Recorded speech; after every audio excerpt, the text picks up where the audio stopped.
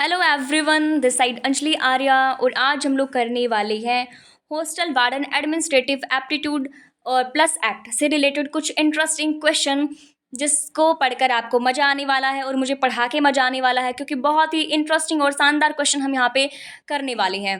Class को बिल्कुल भी बोरिंग नहीं बनाना है, मैं तो बनाऊंगी ही अपनी तरफ से, और आपको भी बोरिंग नहीं बनाना है। तो ठीक है, अपना मूड को अच्छा करिए और पढ़ते हैं अपनी क्लास को। तो क्लास को स्टार्ट करने से पहले मैं बता दूं कि ये जो डिमांड है हमारी, ये कार्तिक जी की है, जिन्होंने कहा था कि फुल मॉक टेस्ट कराइए। तो उनकी डिमांड में मैंने थोड़ा सा चेंज किया है। क्या चेंज किया है मैंने? किया है कि जो आपका स्पेशल सब्जेक्ट रिलेटेड होगा उसको हम अलग से करेंगे, और जो आपका जनरल होगा जो सबके लिए इम्पोर्टेंट है, जैसे कि आपका आईसीटी है, जनरल अवेयरनेस, रीजनिंग, आपकी Hindi English plus regional Hindi, इनका अलग से मॉक टेस्ट कराया जाएगा। क्योंकि हमारे चैनल पर और अदर सब्जेक्ट के भी बच्चे हैं, तो उनकी भी सुविधा को देखते हुए हमने ये किया है। तो चलिए, बिना देर की हम स्टार्ट कर लेते हैं अपने क्वेश्चंस को। 40 क्वेश्चन यहाँ पे रहने वाले हैं आपके। 10-30 क्वेश्चन आपके एडमिनिस्ट्रेटिव एप्टीट्यूड से हैं, 10 क्वेश्चन आपके एक्ट से हैं, साथ में एक क्वेश्चन, 2 क्वेश्चन आपके होमवर्क के रहने वाले हैं।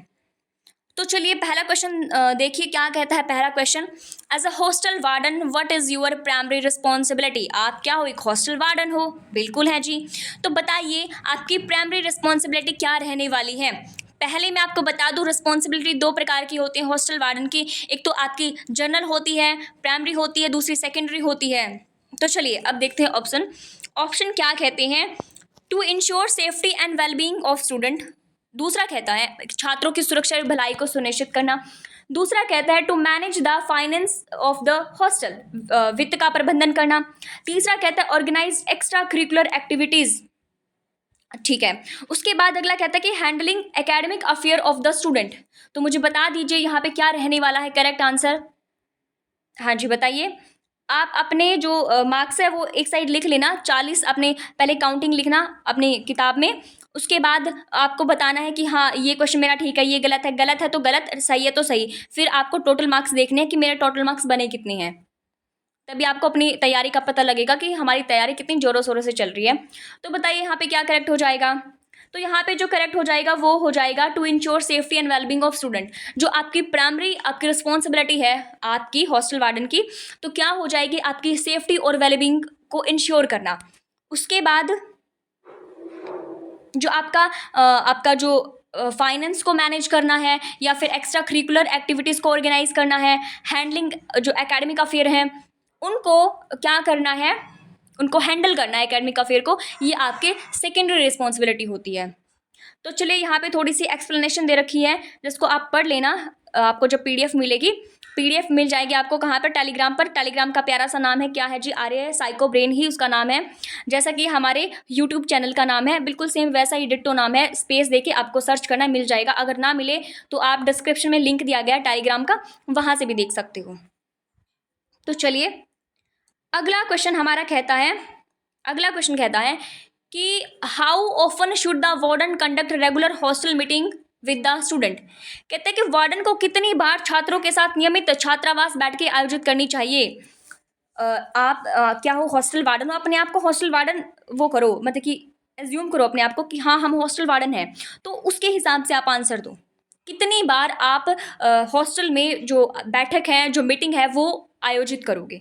एक बार साल में, महीने में एक बार, या फिर सेमेस्टर में ही एक बार, या फिर जब आपका जी करे, क्योंकि आप तो वार्डन हो, जब आपका जी करेगा, जब आप विजिट कर लोगे, जब आप मीटिंग कर लोगे, फिर अनाउंस करोगे स्टूडेंट्स चलो चलो जल्दी जल्दी नीचे आओ बच्चों, मेरे को मीटिंग करनी है, कुछ जरूरी अनाउंसमेंट करनी है, या फिर ऐसे करोगे? बताओ मुझे यहाँ पे क्या करेक्ट हो जाएगा जी।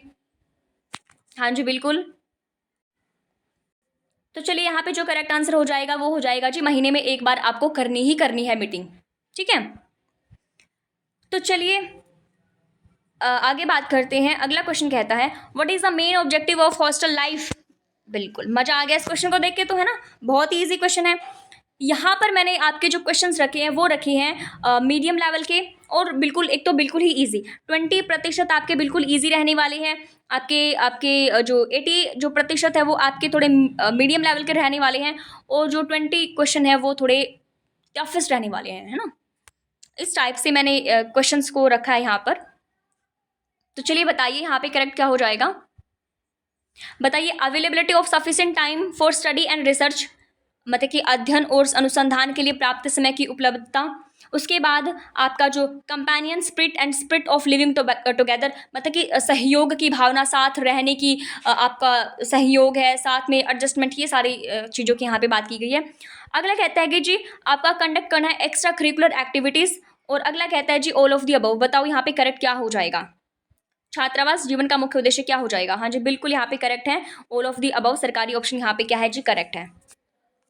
चलिए यहाँ पे एक्सप्लेनेशन दे रखी है, कहते हैं कि छात्रावास जो हॉस्टल है उसका जो मेन एम है क्या है? सर्वांगीण विकास करना। बहुत बार मैंने इसको बता रखा है कि जो आपकी ऑल अवर डेवलपमेंट है उसको, एक सेकंड रुको, क्या कहते हैं कि जो मेन जो इसका एम होता है वो सर्वांगीण विकास करना होता है। ऑल राउंडर डेवलपमेंट आपको करनी है हॉस्टल के अंदर स्टूडेंट्स की, उनकी फिजिकल है, मेंटल है और आपकी कॉग्निशन है, जितनी भी डेवलपमेंट होती है वो सारी की सारी आपको करनी है। मेन एम यही होता है हॉस्टल का। उसके बाद क्या होता है, जब हॉस्टल में बच्चा होता है तो वहाँ पर अलग अलग कल्चर के स्टूडेंट होते हैं, उनके साथ उसको क्या करना है? रहना है। तो अलग अलग कल्चर के विद्यार्थियों के साथ क्या करना है? जीने की भावना को विकसित करना, और जो पाठ्येतर गतिविधियां, जो करिकुलर एक्टिविटीज़ हैं उनको आपको संचालित करना है। क्योंकि हॉस्टल के अंदर क्या होता है? बैडमिंटन भी होते हैं और जितनी भी आपके खेलने की सामग्री होती है ना वो सारे के सारे हॉस्टल के अंदर होती है। तो चलिए अगले क्वेश्चन की तरफ बढ़ते हैं। अगला क्वेश्चन क्या कहता है? बड़ा ही प्यारा इंटरेस्टिंग क्वेश्चन है, मजा आएगा करके। बताइए in what proportion in what proportion is the hostel management committee formed, मतलब कि आपकी जो हॉस्टल मैनेजमेंट कमेटी है वो किस तरह से फॉर्म की जाती है? छात्रावास प्रबंधन समिति किस अनुपात में होती है? बताइए 50% स्टूडेंट रिप्रेजेंटेटिव होंगे, मतलब कि जो रिप्रेजेंटेटिव का मतलब होता है कि सारे के सारे जो बच्चे हैं उनको रिप्रेजेंट करेंगे, तो 50% स्टूडेंट रिप्रेजेंटेटिव होंगे, या फिर 25% जो है वो मैनेजमेंट रिप्रेजेंटेटिव होगी, और आपके 25% क्या होगा? टीचर रिप्रेजेंटेटिव होंगे। यहाँ पे हिंदी में भी लिखा हुआ है।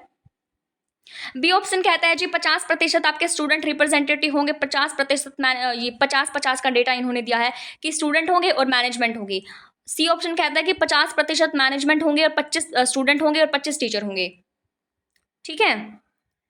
अगला कहता है कि 50% जो है आपके टीचर के रिप्रेजेंटेटिव होंगे, 50 मैनेजमेंट के रिप्रेजेंटेटिव होंगे। बता दीजिए यहाँ पे करेक्ट क्या रहने वाला है? हाँ जी बिल्कुल, बिल्कुल जोरों शोरों से आंसर दो। हाँ जी, यहाँ पे जो आपका करेक्ट रहने वाला है वो रहने वाला ऑप्शन ए, 50% जो स्टूडेंट रिप्रेजेंटेटिव होंगे। ठीक है। आपका जो टोटल आपकी जो मैनेजमेंट ये कमेटी बनेगी, मैनेजमेंट जो कमेटी है वो बनेगी, उसमें क्या होगा? 50 कितना है? 50 आपके स्टूडेंट्स होंगे, 50%। उसके बाद जो 25 है वो मैनेजमेंट के रिप्रेजेंटेटिव होंगे जो मैनेजमेंट को रिप्रेजेंट करेंगे।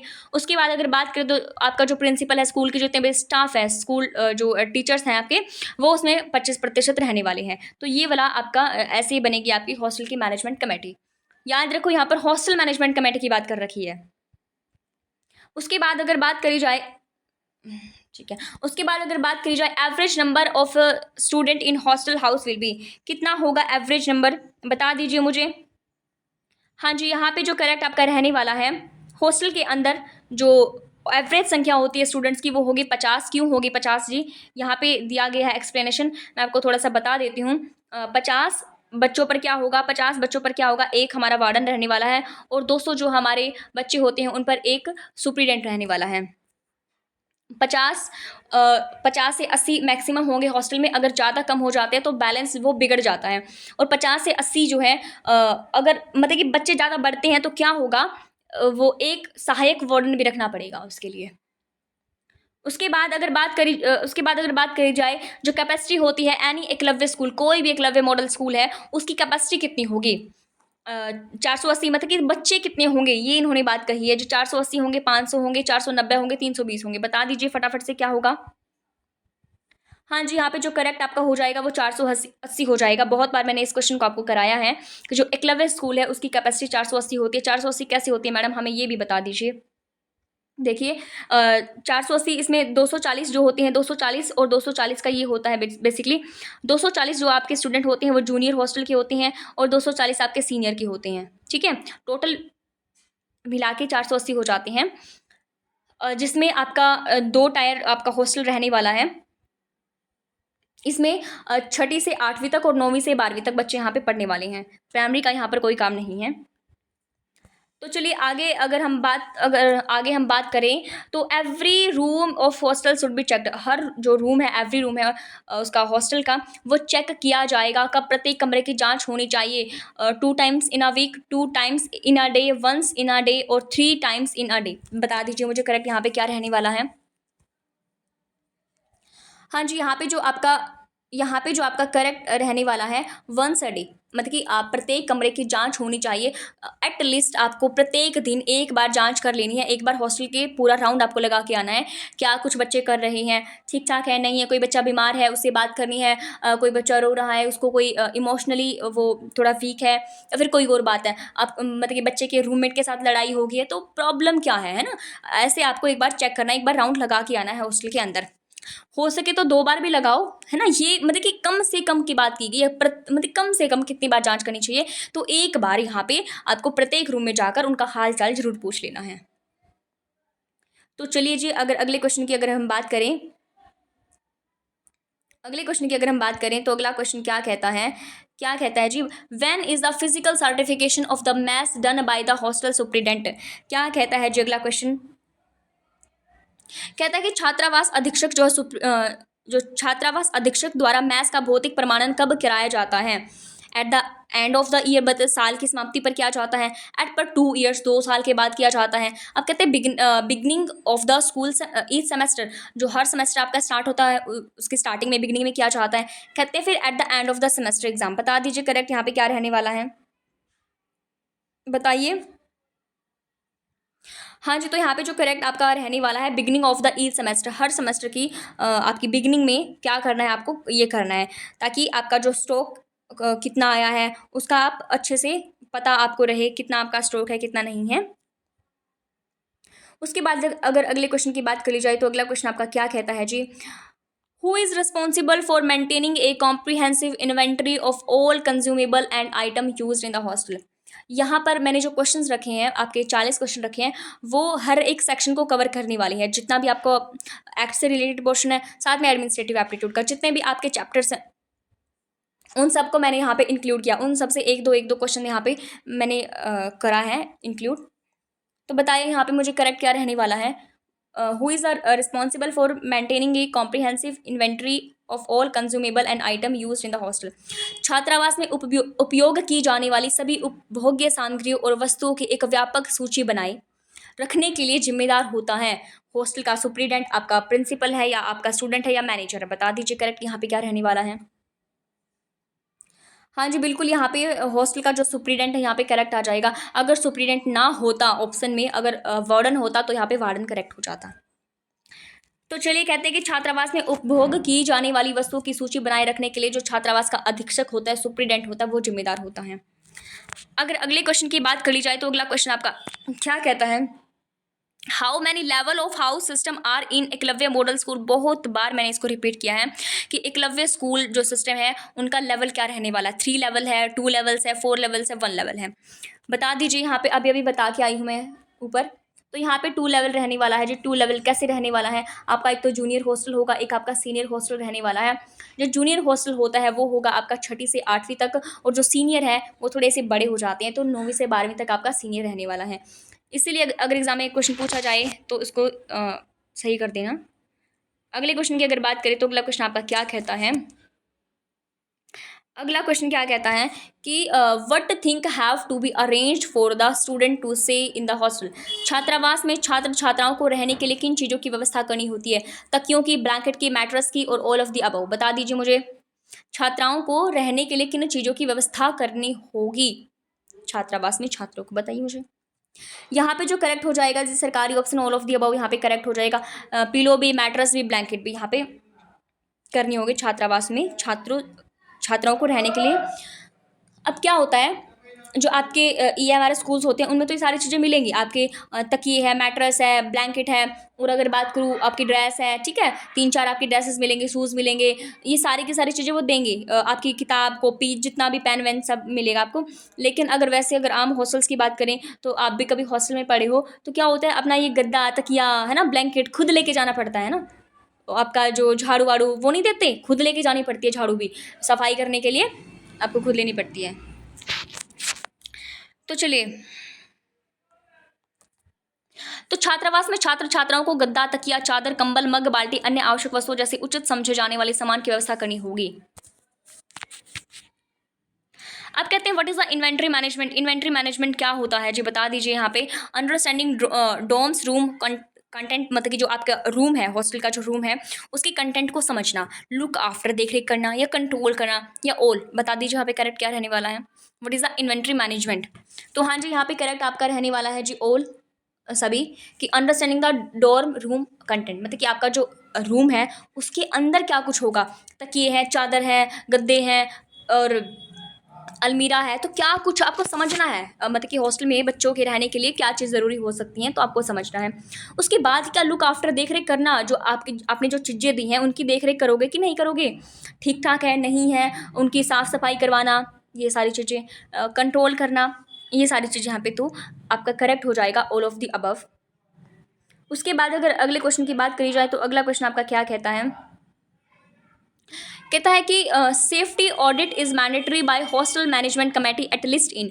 यहाँ पर जो बात कर रहे हैं सेफ्टी ऑडिट की, यहाँ पे बात करें आपके मेडिकल चेकअप की, ये बात कर रहे हैं, तो 2 महीने में किया जाएगा, 3 महीने में किया जाएगा, 4 महीने में किया जाएगा, 6 महीने में किया जाएगा। बता दीजिए यहाँ पे करेक्ट क्या रहने वाला है। हाँ जी बिल्कुल, 3 महीने में एक बार किया जाने वाला है। क्या कहते हैं जी, 3 महीने में एक बार, ठीक है। तो एनसीपीसीआर की गाइडलाइन के अनुसार क्या कहते हैं जी, एनसीपीसीआर जो है उसकी गाइडलाइन के अनुसार जो आपकी प्रबंधन समिति को प्रत्येक 3 महीने में सुरक्षा ऑडिट, आपका जो मेडिकल चेकअप है वो कराना होगा। प्रबंधन समिति का कार्य यह भी देखना है कि छात्रावास में किसी भी छात्र की कोई धार्मिक आस्था के साथ छेड़छाड़ न हो, उसका जो रिलीजन है उसका है, उसके साथ भी कोई छेड़छाड़, उसके साथ कोई भेदभाव ना हो। अगर बात कर ली जाए whose responsibility is to aware student about POCSO, e books, NCPCR in a hostel. अब बता दीजिए मुझे यहाँ पे क्या रहने वाला है, छात्र छात्राओं में पोक्सो, ई बुक्स, एनसीपीसीआर के बारे में जागरूक करने का दायित्व किसका होता है, हॉस्टल सुप्रीडेंट का, वार्डन का, सिक्योरिटी गार्ड का, और आपका कहते हैं ऑल ऑफ द अबव। तो बताइए मुझे यहाँ पे करेक्ट क्या रहने वाला है। हाँ जी बिल्कुल, यहाँ पे जो आपका करेक्ट हो जाएगा जी हॉस्टल सुप्रीडेंट हो जाएगा। जो आपका ई बॉक्स है एनसीपीसीआर के बारे में, तो ई जो बॉक्स होता है ना, ऑनलाइन आपको शिकायतें वगैरह दर्ज कराना, इनके बारे में अवेयर करना, इसका दायित्व होता है जी हॉस्टल सुप्रीडेंट का। उसके बाद अगर बात कर ली जाए, देखो जो क्वेश्चन है ना वो घुमा के भी पूछ सकता है, इसलिए आपको क्वेश्चन ये नहीं कि हाँ मेरे को क्वेश्चन कर लिया मेरा हो गया ठीक, नहीं, उसके अंदर जो ऑप्शन दिए गए हैं उसका भी आपको मतलब समझना है। एक क्वेश्चन मतलब आप कर रहे हो तो ये ना एक क्वेश्चन सोच के मत करो, उसको सोचो कि मैंने 4 क्वेश्चन सॉल्व किए हैं। चलिए उसके बाद देखते हैं कि medical checkup will be done for the student living in the hostel. Hostel में रहने वाले छात्रों का मेडिकल चेकअप करवाया जाएगा quarterly, once in 6 month, once year, every month. बता दीजिए मुझे यहाँ पर, देखो यहाँ पे ना जो क्वार्टरली है, क्वार्टरली त्रिमासिक 3 महीने में किया जाएगा, है ना, त्रिमासिक का यहाँ पे मतलब क्या, त्रिमासिक 3 महीने में किया जाएगा। उसके बाद यहाँ पे लिखा हुआ है एक्सप्लेनेशन में कि हॉस्टल में रहने वाले छात्र जो है उनका मेडिकल चेकअप प्रत्येक 3 महीने में कराया जाने वाला है।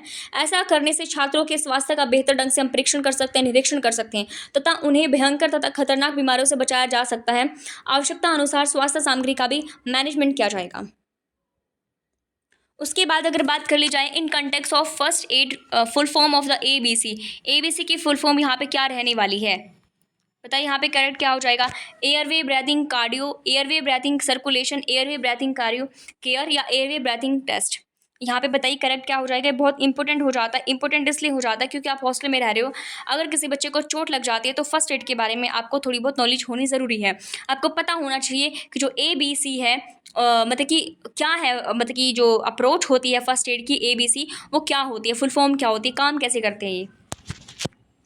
तो चलिए यहाँ पे जो करेक्ट हो जाएगा वो हो जाएगा जी airway breathing and circulation. Airway क्या होता है, आपको पहले तो ये देखना है कि सांस आ भी रहा है या नहीं आ रहा, है ना। फिर ब्रीथिंग क्या होता है, अगर नहीं आ रहा तो उसको सांस देना, मुंह से देना है, मतलब कि जैसे भी देना है उसको फिर सांस देना है। उसके बाद अगर सर्कुलेशन की बात करी जाए तो ये देखना है कि उसका जो सर्कुलेशन है, ब्लड सर्कुलेशन, वो चल भी रहा है नहीं चल रहा है। ये होती है ABC की फुल फॉर्म। यहाँ पे दिया गया है वायु मार्ग, उसके बाद सर्कुलेशन होता है कि प्राथमिक उपचार के दौरान रक्त संचार की जांच करनी है कि हमारा जो ब्लड है वो सर्कुलेट हो भी रहा है या नहीं हो रहा है, कि व्यक्ति का जो रक्त संचार है आसानी से हो रहा है नहीं हो रहा है, क्योंकि जो हमारा ब्लड सर्कुलेशन है उसके द्वारा ही व्यक्ति जीवित रहता है। तो ये होता है ABC की फुल फॉर्म, बहुत थोड़ी इंपॉर्टेंट हो जाती है, इसलिए आप इसको याद कर लें। अगर अगले क्वेश्चन की बात करें तो अगला क्वेश्चन कहता है what will you do for social equality. आपको क्वेश्चन करने में मजा तो आ रहा है ना, या फिर ऐसा बोरिंग लग रहा है कि क्या क्वेश्चंस हैं? तो ये भी बता दीजिए मुझे। तो चलिए बताइए यहाँ पे करेक्ट क्या रहने वाला है। What will you do for social equality, सामाजिक समानता के लिए आप क्या करेंगे। एजुकेशनल प्रोग्राम है, ट्रीटमेंट है, मेक ए रूल है, ऑल ऑफ द अबव। तो बता दीजिए, यहाँ पे दिख रहा है जी सरकारी ऑप्शन जहाँ पे है तो वहाँ पे लगा दो सरकारी ऑप्शन, यहाँ पे करेक्ट हो जाएगा। आप सोशल इक्वालिटी आपको करनी है, क्या करनी है, मतलब कि समाज में नहीं, यहाँ पे मतलब है कि हॉस्टल में रह रहे हैं बच्चे, तो वहाँ पर सोशल इक्वालिटी की जो आपके हॉस्टल में रहने वाले सभी बच्चे हैं ना, वो अपने आप को इक्वल फील करें। कोई कास्ट के बेसिस पर, रिलीजन्स के बेसिस पर, या फिर कलर के बेसिस पर, रेस के बेसिस पर वो एक दूसरे से भेदभाव ना करें। सोशल इक्वालिटी को आपको इंश्योर करना है। तो इसके लिए क्या करना है, एजुकेशनल प्रोग्राम कंडक्ट कराने हैं, आप वर्कशॉप भी ऑर्गेनाइज कर सकते हो, ट्रीटमेंट और मेक अ रूल, एक रूल बना दे। अगर कोई कर रहा है कुछ भी आपका ऐसा कोई काम कर रहा है तो रूल भी बनाए जा सकते हैं हॉस्टल के अंदर। तो ट्रीटमेंट आपका या यहाँ पे हो जाएगा कि आपको अगर ऐसा हो रहा है तो ट्रीट कैसे करोगे, है ना। यहाँ पे तो जो आपके सारे के सारे ऑप्शन यहाँ पे करेक्ट रहने वाले हैं। अगर अगले क्वेश्चन की बात करें तो अगला क्वेश्चन कहता है how can warden settle disputes between student and hostel employ. Warden छात्रावास कर्मचारी और छात्रों के बीच विवादों को कैसे संभालेगी। अगर उनके बीच में लड़ाई हो जाती है, किन किन के बीच में विवाद हो रहा है, यहाँ पे हो रहा है जो आपके जो आपके हॉस्टल के एम्प्लॉय है, जैसे सफाई कर्मचारी है, मैस के कर्मचारी है, या जो भी छात्रावास के जितने भी कर्मचारी हैं और स्टूडेंट हैं, उनके बीच में अगर हो जाती है लड़ाई तो आप लोग क्या करने वाले हो, बताइए मुझे। अपने आप को हॉस्टल वार्डन मान करके आंसर दो। By mediate between both parties for fair solution, आप निष्पक्ष समाधान खोजोगे। अगला कहता है कि by living decision on the hostel management, आपको कि नहीं भाई हॉस्टल मैनेजमेंट देखेगा सारा का सारा काम। अगला कहता है कि by taking one side without considering बात व्यूज, ठीक है। कहते हैं कि दोनों दृष्टिकोणों पर विचार किए बिना पक्ष लेंगे, ठीक है। तो कहते हैं कि हमने तो सुननी नहीं है किसी की दोनों पक्षों में से। अगला कहता है कि ignoring disputes and hope they will settle disputes himself. कहते हैं कि झगड़ों को नज़रअंदाज करना और उम्मीद करना कि वे स्वयं सुलझा लेंगे। कहते हैं कि भाई हमें फ़र्क नहीं पड़ता, नज़रअंदाज करते हैं। तो यहाँ पे करेक्ट बताओ क्या हो जाएगा। तो बताइए, आपको दिख ही रहा होगा ये सारे के सारे नेगेटिव ऑप्शन है। यहाँ पर भी नेगेटिव बात करी गई है, इग्नोर की। अगर बात करी जाए आपके, ये भी नेगेटिव बात कर रहे हैं। Bye living decision hostel management, आप क्या कर रहे हो जब आप हॉस्टल मैनेजमेंट पर ही अपना डिसीजन छोड़ रहे हो। तो उसके बाद यहाँ पे जो करेक्ट आपका जो बढ़िया वाला आंसर मेरे को दिख रहा है वो ए ऑप्शन दिख रहा है, क्योंकि यहाँ पे थोड़ी पॉजिटिविटी के साथ कहा गया है। तो ए यहाँ पे करेक्ट हो जाएगा। अगर अगले क्वेश्चन की बात करें तो अगला क्वेश्चन कहता है how to do cleanliness in the daily life. दैनिक जीवन में साफ सफाई को आप कैसे सुनिश्चित करोगे। कवरिंग द माउथ वाहिल काफिंग, मतलब जब आप खांस रहे हो, है ना, छींक आ रही है, तो आप क्या करोगे, कवर करोगे अपने मुंह को। कहते हैं कि आप अपने हाथों को आपने वॉश करना है। बाथिंग आफ्टर वर्कआउट, मतलब कि मतलब कि आपको वर्कआउट के बाद क्या करना है, स्नान करना है, या ऑल ऑफ द अबव। तो सभी को पता है जो यहाँ पे सरकारी ऑप्शन दिख रहा है आपको, तो पता है मेरे को सरकारी ऑप्शन यहाँ पे टिक करने वाले हो। तो ऑल ऑफ द अबव यहाँ पे क्या हो जाएगा, करेक्ट हो जाएगा। उसके बाद अगर अगले क्वेश्चन की बात करी जाए तो अगला क्वेश्चन आपका क्या कहता है जी, what is the function of cleanness. स्वच्छता का क्या कार्य होता है। साफ सफाई करना बौद्धिक स्वास्थ्य है, पर्यावरण स्वच्छता है, ऑल ऑफ द अबव। बताओ, सोच समझ के आंसर देना यहाँ पर क्या आपका करेक्ट रहने वाला है। हाँ जी बिल्कुल, यहाँ पे जो आपका करेक्ट रहने वाला है ऑल ऑफ दी अबव, अगर आपको दिख रहा है तो ये आपका करेक्ट रहने वाला है। अब आप कहोगे मैडम साफ सफाई ठीक है, मान गए फंक्शन है साफ सफाई, लेकिन ये बौद्धिक स्वास्थ्य का क्या मतलब है, मेंटल हेल्थ का यहाँ पे क्या मतलब है, इसकी कौन सी हम साफ सफाई करने वाले, क्या हम अपने दिमाग को खोल के उसका कचरा साफ करने वाले हैं। या फिर इन्वायरमेंट, चलो इन्वायरमेंट आपकी स्वच्छता को भी मान लेंगे। तो बताओ मुझे यहाँ पे मेंटल हेल्थ इन्होंने क्यों ऐड किया है। तो मैं आपको बता देती हूँ, यहाँ पे मेंटल हेल्थ इसलिए ऐड किया है क्योंकि क्या होता है स्टूडेंट्स के मन में ना मतलब कि जो आप हॉस्टल में हो, आप वार्डन हो, तो आपके हॉस्टल में जितने भी बच्चे होंगे उनके अंदर ना नेगेटिविटी बहुत आती है कि एक दूसरे को देख करके, है ना। तो वो नेगेटिविटी आपको निकालनी है। अगर अब आपके अंदर भी कोई नेगेटिविटी है, जैसे कि एग्ज़ाम क्रैक होगा नहीं होगा, क्या करना है क्या नहीं करना है ना, कुछ भी एनी नेगेटिविटी किसी को देख करके, है ना। तो अगर कोई आपसे, जैसे आपकी किसी के साथ लड़ाई हो गई है और आप कहते हो कि नहीं उसने तो ना इस वजह से लड़ाई की है, ये बात है, ये बात है। नेगेटिव सोचने की बजाय थोड़ा पॉजिटिव भी तो सोच सकते हो ना आप। एक सिक्के के दो पहलू होते हैं, नेगेटिविटी और पॉजिटिविटी। आपकी मर्जी, आपके ऊपर डिपेंड करता है आप उस बात को नेगेटिव में लेते हो या पॉजिटिव में लेते हो। अगर पॉजिटिव में लोगे तो लड़ाई होगी नहीं। तो यहाँ पे मेंटल हेल्थ का यहाँ पे मतलब है उनके अंदर की, उनके दिमाग की जो नेगेटिविटी है वो आपको निकालनी है। अच्छे अच्छे प्रोग्राम्स आपको कंडक्ट कराने हैं। तो साफ-सफाई का यहाँ पे यही मतलब हो जाता है। एनवायरमेंटल, आपकी स्वच्छता का यहाँ पे मतलब हो जाता है कि जो हॉस्टल में रहने वाले स्टूडेंट्स हैं, वो साफ-सफाई की तरफ थोड़ा ध्यान दें, जो एनवायरनमेंट से रिलेटेड है। अब क्या होगा, संडे के दिन उनको क्या करना पड़ेगा, संडे के दिन ना उनको 1.5 घंटा, है ना, 90 मिनट बोले तो 1.5 घंटा क्या करना है, उनको सफाई करानी है। हर हफ्ते में कराई जाएगी ये, कि जैसे पेड़ पौधे आप साफ कर दे, या फिर जो आपका पार्क वगैरह उन वो साफ कर दे। तो ये सारी सफाई जो है उनको करानी पड़ेगी हॉस्टल के अंदर। अपने कमरों की भी तो सफाई करेंगे ना वो। तो चलिए आगे देख लेते हैं। आगे कहते हैं कि which of the effective measures of waste management in the hostel, छात्रावास में अपशिष्ट प्रबंधन का प्रभावी उपाय क्या हो सकता है। Disposal of wastage after dividing in the recyclable and non recyclable. ठीक है। अगला कहता है मतलब कि जो पुनर्चक्रण योग्य व गैर पुनर्चक्रण योग्य में विभाजित करके उसका निपटान करना है। अगला कहता है जी ओपन बर्निंग ऑफ वेस्ट। कहते हैं कि through out wastage in open area, open area में आपको क्या करना है, वेस्ट को फेंक देना है। अब कह डंपिंग ऑफ वेस्ट इन अर्थ, मतलब कि आपको डंप करना है जी, कूड़ा को जमीन में डंप कर देना है। देखो यहाँ पर अगर हम देखें, थोड़ा सा दिमाग यहाँ पे लगाना है आपको। ये ऑप्शन भी यहाँ पे करेक्ट, सारे के सारे ऑप्शन आपको करेक्ट दिख रहे होंगे। कैसे करेक्ट दिख रहे होंगे, कि कूड़े को जमीन में डंप करना करते हैं, है ना, मतलब कि कूड़े को जमीन में डंप करते हैं, ये तो बात ठीक है। अपशिष्ट को खुले में फेंक देना, ऐसा भी किया जाता है कि जो आपका वेस्टेज उसको ओपन एरिया जहाँ पे कोई रहता वहता नहीं है वहाँ पे आप क्या करते हो, तो फेंक देते हो।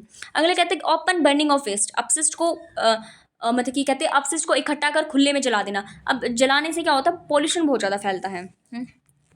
अगर यहाँ पे हॉस्टल की बात यहाँ पे कर रहे हैं, आप कहते हैं कि जो ना आप रिसाइकल कर सकते हो और नॉन रिसाइकलेबल, ठीक है, जिसको आप नहीं कर सकते हो उनको अलग अलग से डिवाइड करके आपको डाल देना है। तो यहाँ पे एज अ हॉस्टल के परस्पेक्टिव से जो ऑप्शन यहाँ पे आपका करेक्ट रहने वाला है, आपका ए यहाँ पे करेक्ट रहने वाला है, कि जो आप रिसाइकल कर सकते हो कूड़े को, उसको एक डस्टबिन में, और जो नहीं कर सकते उसको अलग से डस्टबिन में यहाँ पे आपको डालना है। तो चलिए अगर अगले क्वेश्चन की बात कर लेते हैं, तो अगला क्वेश्चन आपका क्या कहता है जी। कहते हैं कि who is responsible for cleaning of laboratory, जो आपकी लेबोरेटरी है, जो आपके प्रयोगशाला है, उसकी सफाई करने की जिम्मेदारी किसके पास होती है। बता दीजिए मुझे जी, वार्डन की होती है, लेबोरेटरी की होती है, या फिर सुप्रिटेंडेंट की होती है, या फिर टीचर की होती है, बता दीजिए मुझे। हाँ जी, यहाँ पे जो आपका करेक्ट रहने वाला है, जो आपका बी ऑप्शन यहाँ पे करेक्ट रहने वाला है, क्योंकि जो लेबोरेटरी में रह रहा है पर्सन, तो उसी का फ़र्ज़ बनता है कि सफाई का ध्यान रखे, सफाई करवाए, है ना। तो यहाँ पे बी ऑप्शन यहाँ पे करेक्ट रहने वाला है। तो चलिए फटाफट से अगला क्वेश्चन हम देख लेते हैं।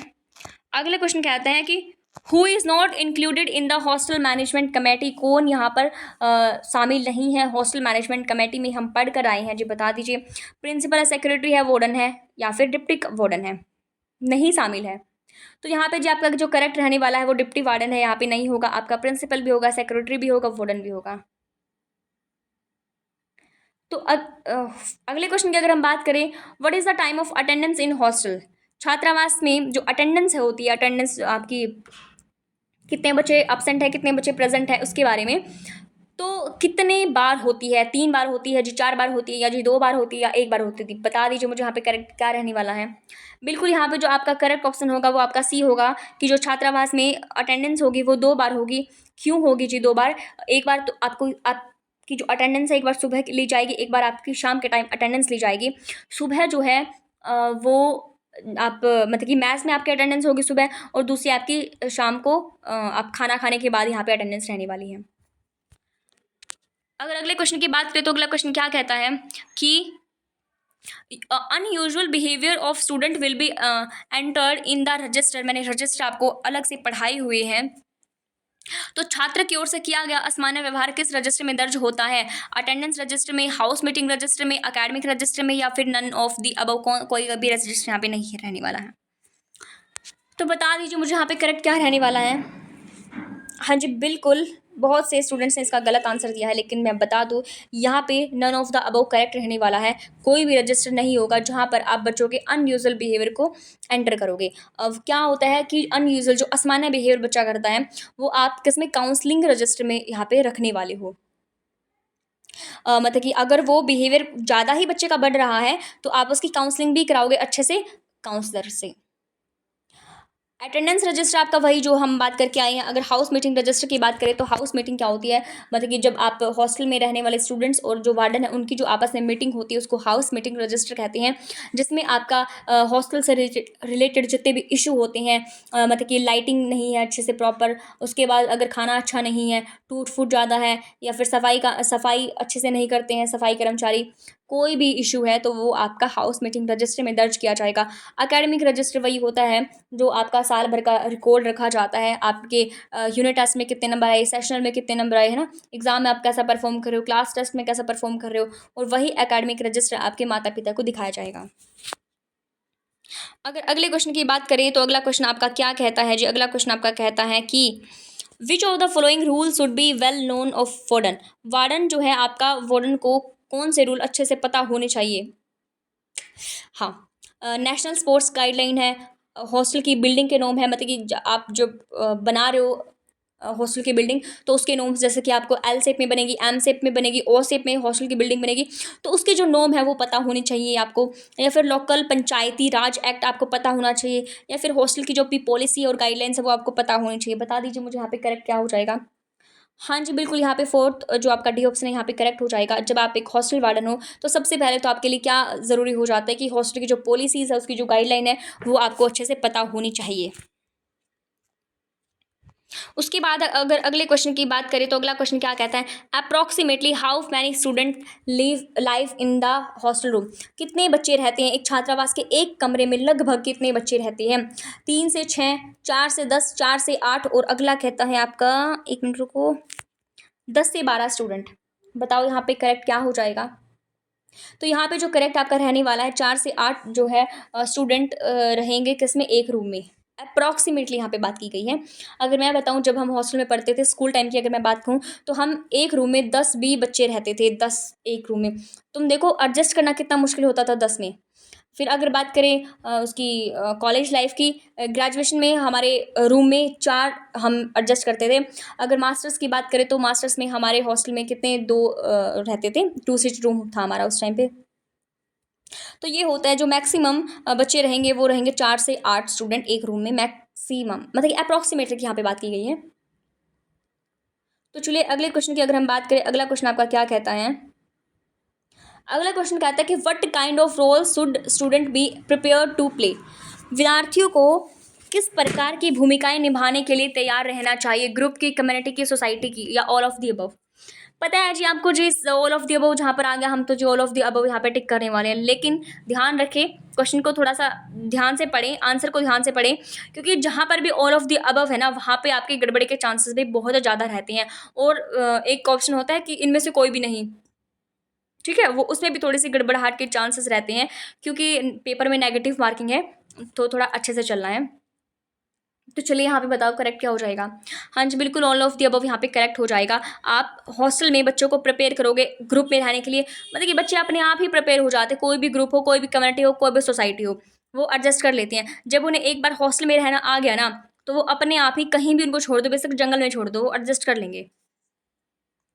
तो यहाँ पे क्वेश्चन बेसिकली कहता है कि किस प्रकार की भूमिकाएं निभाने के लिए तैयार रहना चाहिए ग्रुप की, क्योंकि बच्चे तो ग्रुप में रहते हैं, रूम है उनका, रूम में भी 4-5 बच्चे अगर रहेंगे साथ में तो एक ग्रुप ही बन गया। कम्युनिटी में पूरा का पूरा हॉस्टल है, हॉस्टल में अगर आपके 240 बच्चे हैं तो वो कम्युनिटी बन गई एक पूरी की पूरी। वहाँ पर रहना पड़ेगा, उनको एडजस्ट करना पड़ेगा, किसी भी स्टूडेंट के साथ लड़ाई भी हो सकती है, और सोसाइटी, ये सारे के सारे रोल जो है उनको प्ले करने पड़ेंगे। अगर अगले क्वेश्चन की बात करें तो अगला क्वेश्चन क्या कहता है, how can the home education of the student in the hostel be tracked by warden? Warden द्वारा छात्रावास में छात्रों की गृह शिक्षा को कैसे बेहतर किया जा सकता है? बताइए यहाँ पे करेक्ट क्या हो जाएगा। Discourage communication with family members, मतलब यहाँ पे डिस्करेज आ गया तो पहले ही नेगेटिव ऑप्शन है, हटा दो इसको। आगे कहते हैं कि to organise regular counselling session for the student, थोड़ा ठीक लग रहा है। आगे देखते हैं आगे क्या कहता है, ignoring the problem and hoping that it will be go away, समस्या को नज़रअंदाज करना और उम्मीद करना कि ये दूर हो जाएंगे। क्या बताओ, काटोगे या रखोगे इसको? काटोगे ना, क्योंकि नेगेटिव है, इग्नोर लिखा हुआ है। अगला कहता है कि introducing other issue to divert the attention of the student, छात्रों का ध्यान भटकाने के लिए अन्य मुद्दे को शुरू करना है। भाई ऐसा थोड़े होगा, आप छात्रों को भटका दोगे, डाइवर्ट कर दोगे अटेंशन को। यहाँ पे जो एक मेरे को प्यारा सा छुटको सा जो आंसर मेरे को दिख रहा है वो सिर्फ ये बी ही दिख रहा है, जो कि आपका पॉजिटिव है, और सारे के सारे नेगेटिव बात कर रहे हैं। तो ऑर्गेनाइज करना regular counselling session for the student. चलिए अगला क्वेश्चन है आपका, what are the benefit of a student record management system, छात्र रिकॉर्ड प्रबंधन प्रणाली से क्या लाभ होता है? To track the data of student, advanced administration, systematic time table, और आपका ऑल ऑफ द अबव। बड़े ऑल ऑफ द अबव वाले क्वेश्चन आ रहे हैं आज तो। बताओ यहाँ पे करेक्ट क्या हो जाएगा? आप जो रिकॉर्ड मैनेजमेंट टॉपिक है ना पूरा का पूरा पढ़ा होगा आपने, तो बताओ रिकॉर्ड मैनेजमेंट जो सिस्टम उसके बेनिफिट क्या क्या होंगे? To track the data of the student, student का जो डेटा है, उनका नाम, फादर नेम, जो भी डेटा जो भी है वट वो सारा का सारा ट्रैक हो जाएगा आराम से। अगला कहता है कि जी एडवांस एडमिनिस्ट्रेशन, अगला कहता है कि सिस्टमैटिक टाइम टेबल मैनेजमेंट, या ऑल ऑफ द अबव। तो यहाँ पे जो करेक्ट हो जाएगा वो ऑल ऑफ द अबव यहाँ पे करेक्ट हो जाएगा। अगले क्वेश्चन की अगर हम बात करें तो ये आगे आपके एक्ट फाइनली एडमिनिस्ट्रेटिव एप्टीट्यूड क्या हुआ, खत्म हुआ। चलो अब खुश हो जाओ। अब हमारे 10 क्वेश्चन बचते हैं एक्ट से रिलेटेड, ये तो बहुत ही जल्दी हो जाएंगे कंप्लीट। अगर मैं बात करूँ हमारी जो क्लासेस हैं, क्लासेस में जो रौनक लेके आते हैं वो 4-5 बच्चे ही होते हैं, जैसे कि हमारे कार्तिक हो गए, और हमारी ये रागिनी है, पूजा है, अमृता है, ये 4-5 ही है जो थोड़े ज़्यादा एक्टिव रहते हैं। कमेंट बॉक्स में भी यही चहल पहल मचाते हैं, और हमारी क्लासेस में भी यही चहल पहल मचाते हैं, और हमारा जो टेलीग्राम ग्रुप है उसमें भी यही चहल पहल मचाते हैं बस। तो चलिए थोड़ा सा खुश हो जाओ, पानी वानी पियो, करने वाले हैं एक्ट से रिलेटेड बढ़िया बढ़िया क्वेश्चन, मस्त मसालेदार क्वेश्चन हम यहाँ पे करने वाले हैं। तो चलिए स्टार्ट कर लेते हैं फटाफट से। तो चलिए देख लेते हैं पहला क्वेश्चन आपका क्या कहता है जी, बाल विवाह प्रतिषेध अधिनियम 2006 लागू हुआ है। मैंने कराया है, बहुत अच्छे से आपको कराया है जी, बताइए मुझे। बाल विवाह प्रतिषेध अधिनियम 2006 लागू हुआ है 1 नवंबर 2007 को, 1 दिसंबर 2007 को, 1 जनवरी 2007 को, या 1 जनवरी 2007 को। इन वाले ना क्वेश्चंस में गलती के चांसेस बड़े रहते हैं। तो यहाँ पे जो करेक्ट हो जाएगा जी वो आपका ए ऑप्शन यहाँ पे करेक्ट हो जाएगा। 1 नवंबर 2007 को क्या हुआ था, आपका बाल विवाह प्रतिषेध अधिनियम लागू हुआ था। क्या हुआ था? लागू हुआ था। चलिए अगले क्वेश्चन की अगर हम बात करें तो बाल विवाह प्रतिषेध अधिनियम मतलब तो पता है ना आपको। बाल विवाह प्रतिषेध अधिनियम 2006 को राष्ट्रपति की अनुमति कब मिली थी? 1 जनवरी 2007 को जी, 10 जनवरी 2007 को, 1 फरवरी 2007 को, 1 मार्च 2007 को। तो यहाँ पे जो करेक्ट रहने वाला है आपका 10 जनवरी 2007 रहने वाला है। देखिए पहले क्या मिलती है, पहले राष्ट्रपति की अनुमति मिलती है, राष्ट्रपति की अनुमति मिलने के बाद ही क्या होता है, वो एक एक्ट बनता है, वो लागू होता है। ठीक है, तो 10 जनवरी को क्या हुआ था हमारा, 10 जनवरी 2007 को लागू हुआ था, मतलब कि सॉरी राष्ट्रपति की अनुमति मिली थी। अगर बात करें लागू कब हुआ था, ये 1 नवंबर 2007 को लागू हुआ था। कितने महीनों बाद लागू हुआ था बता दीजिए। चलिए अगर अगले क्वेश्चन की बात करें तो बाल विवाह प्रतिषेध अधिनियम 2006 की धारा 3 के अनुसार बाल विवाह होगा शून्य, शून्यकरण, वैध, वैध और दंडनीय। बहुत अच्छे से मैंने कराया, हैंड रिटन नोट्स के साथ मैंने इस टॉपिक को पढ़ाया। अगर फिर भी क्वेश्चन नहीं आ रहा तो पढ़ने का कोई फायदा नहीं है। तैयारी को थोड़ा सा देखो, मेरी तैयारी कितनी है। तो यहाँ पे जो करेक्ट आपका रह जाने वाला है वो आपका बी ऑप्शन, शून्यकरण, आपकी 0 रह जाने वाला है। चलिए मैंने जो आपको कराया था उसको थोड़ा सा ओवरव्यू लेते हैं। देखो मैंने आपको ये वाला यहाँ पे कराया था, देखो बिल्कुल कराया था कि नहीं कराया था। चाइल्ड मैरिज को रोकने वाला एक्ट था 2006, जो ओरिजिनली पब्लिश कब हुआ था जी, 11 जनवरी 2007। कब हुआ था जी? 11 जनवरी 2007। लेकिन हमारे ऑप्शन में 11 जनवरी नहीं है, 10 जनवरी है। तो ये भी याद रखना, जो डेट है अगर 11 नहीं है तो 10 आप कर लो, 10 भी नहीं है तो 9 कर लो। तो आपको एक्चुअल डेट याद कर लेनी है। लेकिन इन्फोर्स्ड कब हुआ था? 1 नवंबर 2007 को। इन्फोर्स मतलब कि लागू कब हुआ था? ओरिजिनली पब्लिश जब राष्ट्रपति की अनुमति मिली थी, और इन्फोर्स 1 नवंबर 2007 को।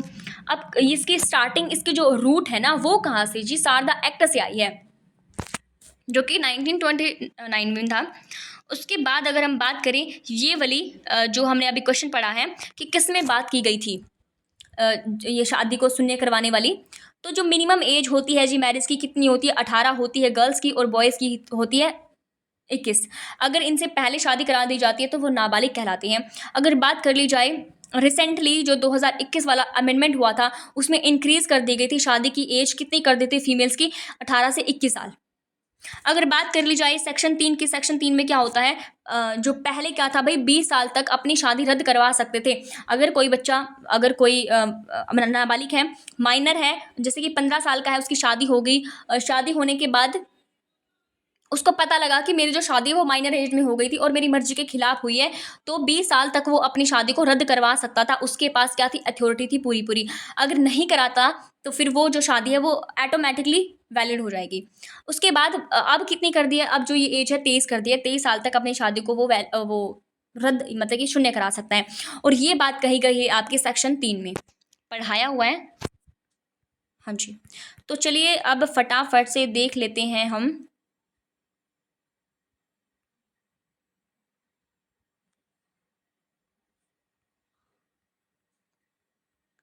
एक मिनट। हाँ जी, अब देखते हैं अगला क्वेश्चन। अगला क्वेश्चन क्या कहता है? लैंगिक अपराधों से बालकों के संरक्षण अधिनियम 2012 के अंतर्गत विशेष न्यायालय के समक्ष कौन कार्यवाही को संचालन करेगा? पॉक्सो एक्ट कराया हुआ है बहुत अच्छे से। हमारी 50 मिनट की वीडियो है जिसमें पॉक्सो एक्ट 2012 और 2020 वाली गाइडलाइंस हमने पढ़ रखी है बहुत अच्छे से डिटेल में, हैंड रिटन नोट्स के साथ। बताइए यहाँ पे करेक्ट क्या हो जाएगा जी? जिला लोक अभियोजन अधिकारी है, शासकीय अभिवक्ता अधिवक्ता है, विशेष लोक अभियोजन है, अतिरिक्त जिला लोक अभियोजन है। हाँ जी बिल्कुल, यहाँ पे जो करेक्ट आपका रहने वाला है जी वो विशेष लोक अभियोजक रहने वाला है। ठीक है। चलिए अगला क्वेश्चन देख लेते हैं फटाफट से। लैंगिक अपराधों से बालकों के संरक्षण अधिनियम 2012 के अंतर्गत विशेष न्यायालय अपराध का संज्ञान लेने के कितने दिनों के अंदर विचारण पूर्ण करने का प्रयास किया जाएगा? यहाँ पे इजी लैंग्वेज में आपको बता देती हूँ क्या कहता है क्वेश्चन। क्वेश्चन कहता है कि जो आपका पॉक्सो एक्ट है उसके रिलेटेड कोई मामला आता है न्यायालय में, तो कितने दिनों के बाद मतलब कि अंदर उसको पूरा करना है, मतलब कंप्लीट कर लेना है। उसकी जो इंक्वायरी है, कार्रवाई है, जो एक्ट मतलब कि जो कोई मामला है वो पूरा कितने दिन तक करने का प्रयास करना है? 6 महीने, 2 साल, 9 महीने, 1 वर्ष? फटाफट बताइए इसका यहाँ पे करेक्ट क्या हो जाएगा? तो यहाँ पे जो करेक्ट हो जाएगा वो 1 साल हो जाएगा। 1 साल के अंदर अंदर उसकी जो रिपोर्ट है उसने दर्ज कराई है उसका पूरा का पूरा समाधान हो जाना चाहिए। अगर अगले क्वेश्चन की बात करें तो बालक अधिकारी संरक्षण आयोग अधिनियम 2005 को राष्ट्रपति की अनुमति प्राप्त हुई थी 2006 में, 2000 जनवरी 2000, ये क्या रखा भाई, जनवरी है। तो बताइए यहाँ पे करेक्ट क्या हो जाएगा? बाल अधिकारी संरक्षण आयोग। अगर मैं आपको इंग्लिश में बताऊं, इंग्लिश में होता है the commission for protection of child right act 2005।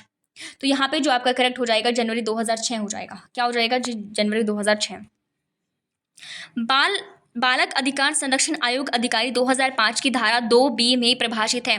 बालक अधिकार आयोग सदस्य, बताओ मैंने पढ़ा रखा है। यहाँ पे करेक्ट हो जाएगा जी आपका बालक के अधिकार। ठीक है। अगर अगले क्वेश्चन की तरफ देखें तो अगला क्वेश्चन क्या कहता है? बालक अधिकार संरक्षण आयोग अधिनियम 2005 में आयोग जो है वो प्रभाषित है। बताओ मुझे क्या हो जाएगा जी? आपका यहाँ पे डी करेक्ट हो जाएगा। धारा 2D में बात की गई है। अब मैं आपको लेके चलती हूँ अपने हैंड रिटन नोट्स की तरफ जो मैंने आपको पढ़ाया हुआ है क्लास में। देखो ये मैंने आपको पढ़ाया हुआ है the commission for protection of child right act 2005, जो कि 11 दिसंबर 1992 को बाल अधिकार अधिनियम को स्वीकार किया था भारत ने। मतलब कि ये इसकी मैंने हिस्ट्री करा रखी है। अगर बात करें तो ये हमारे पूरे भारत में लागू है। टोटल इसमें चैप्टर 7 थे, सेक्शन इसमें 37 थे। और अगर ये बात करता है, ये जो कमीशन है हमारा, ये दो एक्ट के काम को भी देखता है। जो ये commission for protection of child right act 2005 है, ये किस किस को देखता है जी? पॉक्सो एक्ट 2012 को भी देखता है। राइट टू चिल्ड्रन जो है 2009 इसको भी देखता है। और महिला बाल विकास मंत्रालय के अंडर ये काम करता है। लागू कब हुआ था, चालू कब हुआ था? 5 मार्च 2007 को। कब हुआ था जी? 5 मार्च 2007 को चालू हो गया था। इसमें चाइल्ड को बताया गया है कि 18 साल तक का जो बच्चा है वो चाइल्ड, इसमें बताया गया है, पढ़ा रखा है मैंने बहुत ही अच्छे से। तो चलिए अब आपका अगला क्वेश्चन आता है, बच्चों के लिए निःशुल्क और अनिवार्य शिक्षा अधिनियम 2009 सभी बच्चों को निःशुल्क शिक्षा प्रदान करती है। बहुत ही इजी, बहुत ही हलवा क्वेश्चन है। बताइए यहाँ पे करेक्ट क्या हो जाएगा? 5 वर्ष से 15 वर्ष है, 6 से 14 है, 6 से 18 है, 4 से 14 है। बताइए यहाँ पे करेक्ट क्या हो जाएगा? तो यहाँ पे जो करेक्ट हो जाएगा आपका 6 से वर्ष से 18 साल, 6 से 14, 6 से 14 हो जाएगा। जो निःशुल्क और अनिवार्य शिक्षा की बात करी गई है वो 6 से 14 की बात करी गई है, और 6 से 18 जो है 6 से 18 की बात करी गई है, स्पेशल जो बच्चे होते हैं उनकी फ्री शिक्षा की बात करी गई है। बहुत अच्छे से, बहुत ही ज़्यादा अच्छे से पढ़ाया 2009 भी मैंने आपको।